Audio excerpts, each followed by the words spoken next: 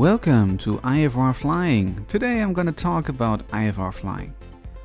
IFR stands for Instrument Flight Rules. This means flying and navigating the aircraft by your instruments without any outside references. I'm currently in my IFR training or in my instrument rating, and I'm now nearly done with it. And in this video you will see some impressions of my flight training. Initially, the IFR training starts in the simulator and later on progresses to the real aircraft flying in actual weather.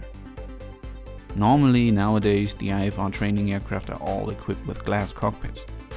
This means you have a big screen displaying all the necessary information, greatly enhancing your situational awareness. It's basically like flying on your flight simulator or another computer game.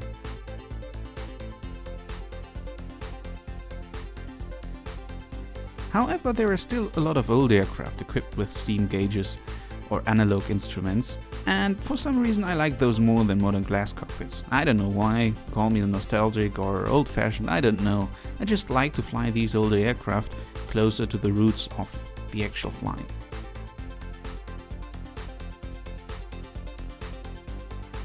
So most of my flight training in the real aircraft I did on an old Cessna 172M built in the late 1970s.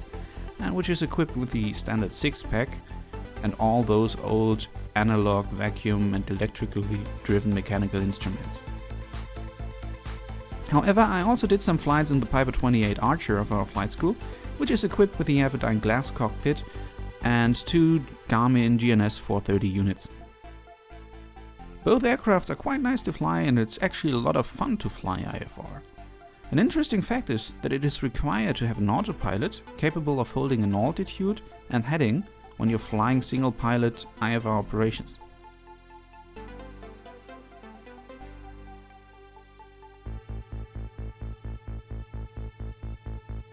And here in this video you can watch me preparing and flying an approach into Cologne-Bonn airport.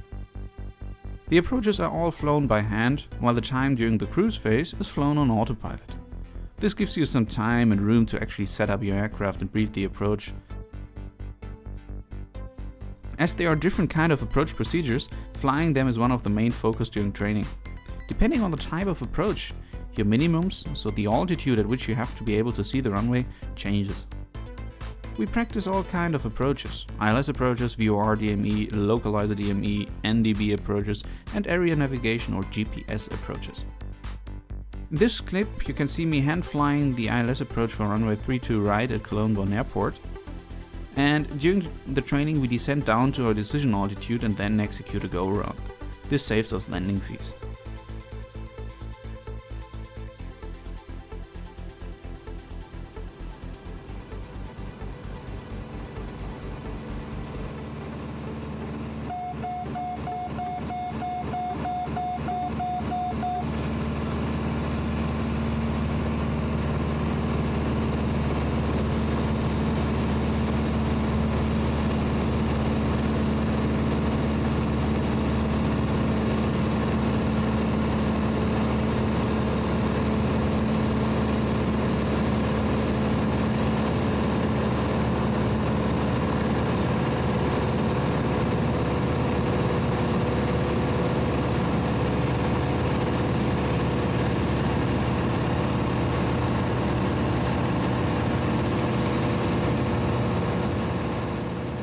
At the end of the approach, you have a minimum altitude at which you have to make contact with the runway or otherwise initiate a go-around. For our training purposes on this flight, the ATC would give us the instruction to break off the approach at a certain altitude, and then when we departed, we would depart visually away from the airport to position ourselves for another approach. Reaching a certain altitude, our IFR flight was resumed, and after this small visual interruption we were vectored back to the instrument approach.